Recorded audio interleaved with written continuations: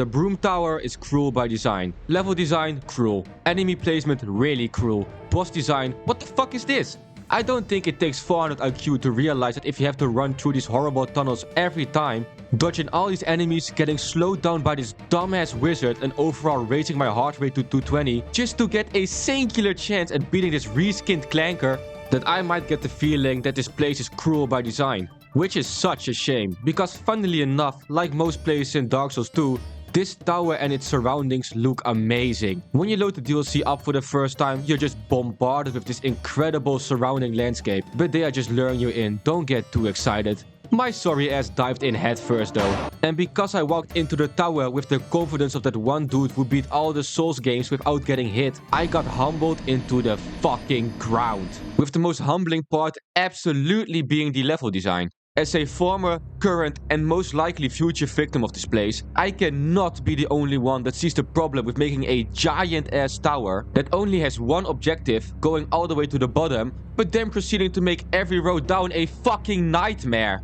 I understand that Dark Souls 2 is designed to be played more slowly than Dark Souls 1 and most definitely Dark Souls 3, but the experience of me going through the BRUME tower while being scared to death of every room and corner as if I'm playing Resident Evil was definitely not something I had on my bingo card. The inside of the tower looks really cool though, same with these elevators, they look sick. But it's a real damn shame that I can't even take the time to appreciate my surroundings because my ass is getting torn apart every damn second. I explore this random room, whoops, you die. I jump down here, 6 dudes crammed together like a damn mosh pit. Once again, you die. Want to enjoy the outside scenery one more time? Look behind you, they're summoning a demon. And the previous bonfire is of course so fucking far back that they might as well just send you back to Anor Londo. Now I'm not saying the BRUME tower is bad, far from it. I'm saying it's cruel by design. And you can see that cruelty everywhere you look. It's not just how hard these enemies hit, cause trust me, they smack the fuck out of you. It's also with the way they designed this place while keeping the goal of descending down in mind. Logically speaking, this place is piss easy.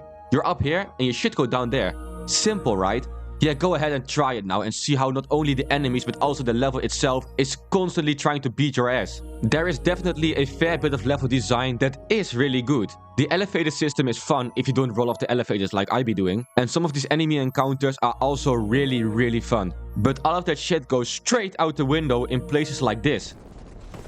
I am still so shocked at the fact that this was deemed reasonable. I get it, it's a DLC, it needs to be hard, blah blah blah. But putting like 5 rooms stacked on each other that are pretty much only there to make you waste your Estus is kinda silly. You know what's ironic though? If it was just these floors with like 1 or 2 enemies on them, then fine, cool, okay. But they just had to use the stupid fucking Dark Souls features to make it unnecessarily tedious.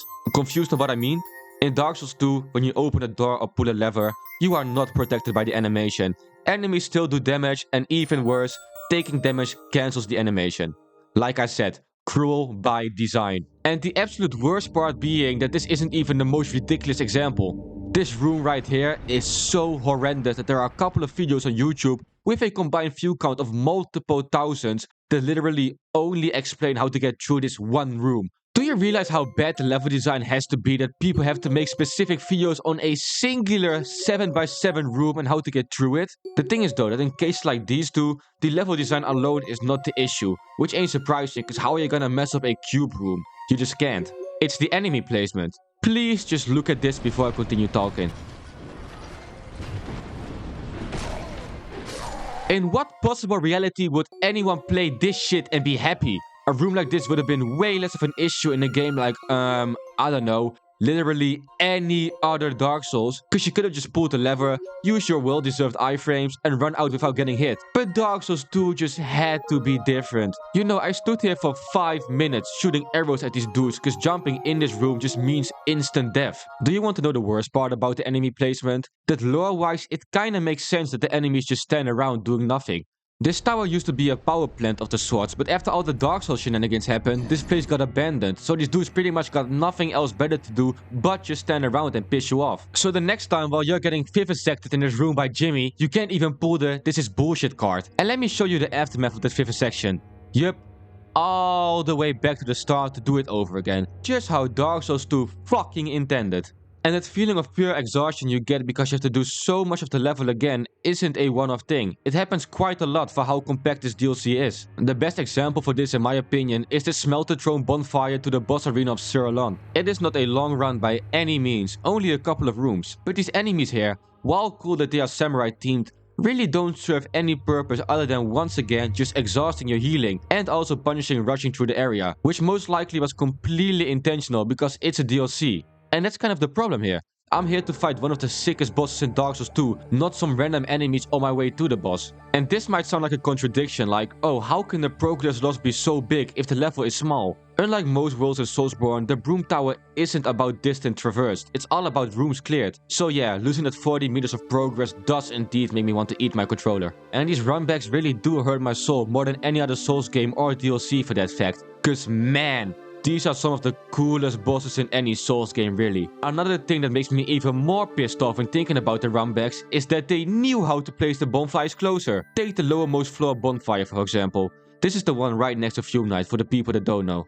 It's literally right there. You said like 14 steps and you're fighting the Fume Knight. So yes, I am more harsh on these runbacks because they already made one of the runbacks perfect. And yes, most of these runbacks seem to have the goal in mind of wearing you out or just making sure you are even ready to handle the upcoming boss. But why?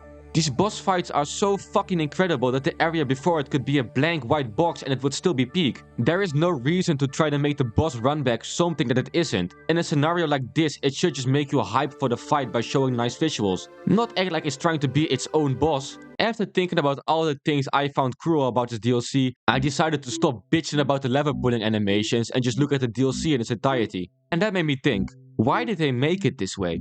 Because the level design and enemy placement obviously wasn't an accident. These devs are insanely talented. They don't make certain areas shit just because they felt like it. There had to be a certain goal for that area. So what was the goal here?